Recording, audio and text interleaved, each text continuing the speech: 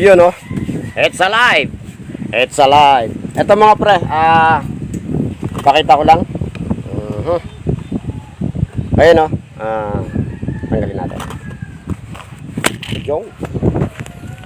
Ito nga pala, winilding na nung mayari o driver. Yan, winilding na nila ngayon. Pinutol natin yan mga pre. Pinutol na natin yan. Tapos, kasi yung pagkaka-welding sagad dito. Yan. Ang ginawa na ngayon natin mga pre, dinugtungan naman ngayon natin. Winilding din natin yan.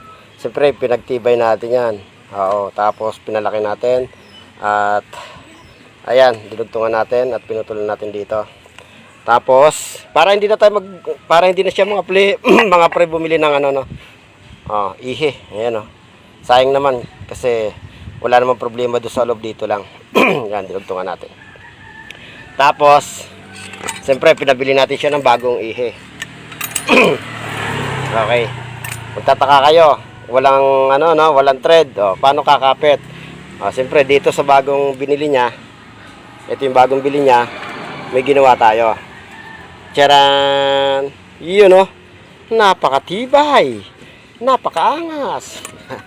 Matibay ito mga pre pagka ganitong gawa ayan. Bali binutas lang natin yan ng barina. Yun Okay. Ngayon tutuloy natin pagwe-welding mga pre para makita nyo. Makina kaya natin binaba sa kanyang chassis dahil nga magpapalit gayak tayo ng timing chain tsaka chain guide kaso mo naka-welding hindi pwedeng ikat kapag nakalagay doon kaya ang ginawa natin, binaba natin yung makina at pinutol natin. Tingnan nyo, sagad na sagad yung pag-welding kaya pati ito nadamay. Okay, tuloy natin yung pag-welding mga pre. Okay, patitibayin natin to. Dito sa atin sa Emos, kung may makikita kayong mga gawang ganito ayan, sa atin yan, maliban na siguro kung mayroong ibang gumawa. Kay Boss Paul, meron to, nagagawa nito si Boss Paul Shoutout sa boss. Yan, pero sa atin, simple lang yan. Yun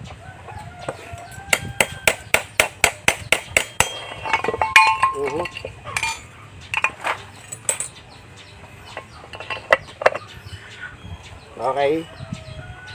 I-full weld na natin mga pre. Siyempre bago natin i-full weld, tingnan natin kung naikot. Umiikot. Okay. Napakatibay. Okay. Welding ulit natin para full weld na.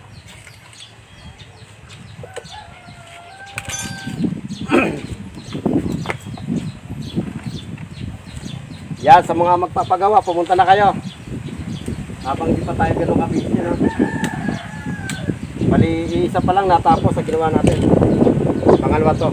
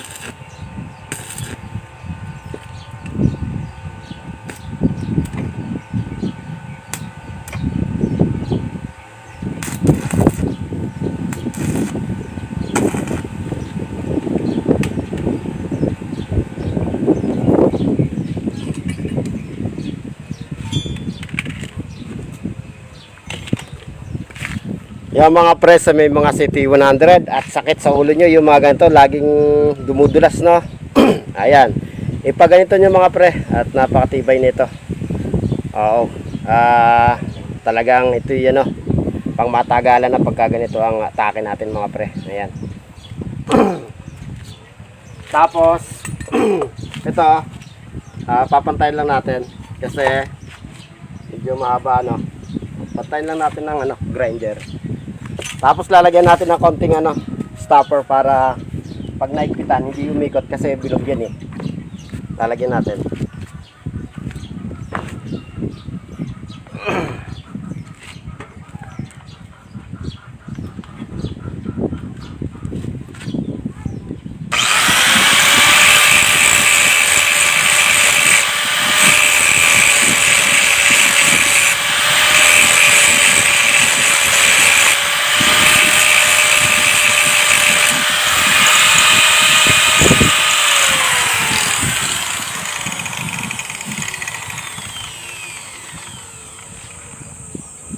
Okay, sukat na natin habang mainit pa.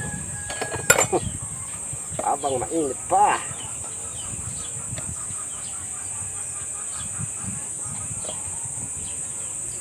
Huwag hahawakan.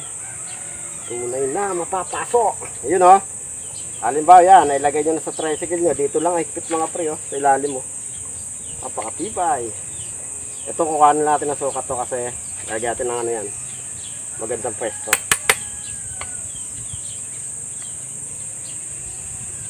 Ayan. Yun o. Ganyan ang magiging pwesto mga pre o. Alright. Kami natin higpitan kasi mainit.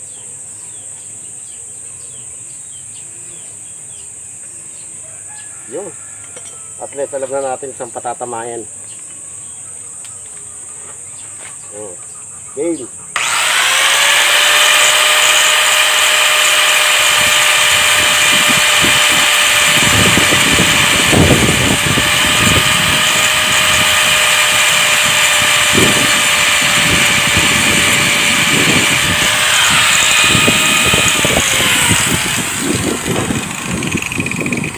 Yung mga pre, goods na yan. Lagyan na ngayon natin. Exactly. Yun o.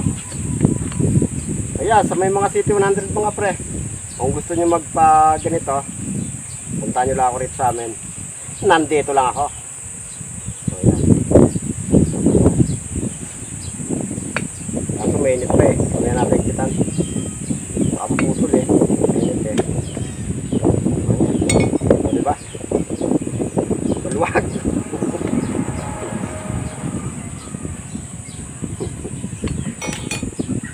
Kami natin persahin at napakainit.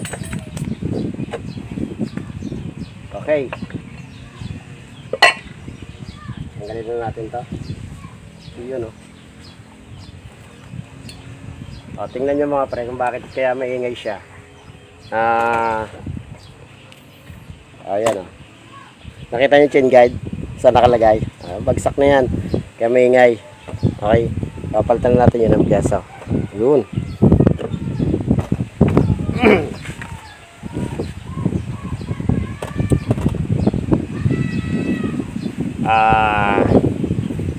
Dahil ito pinakita ko lang mga pre.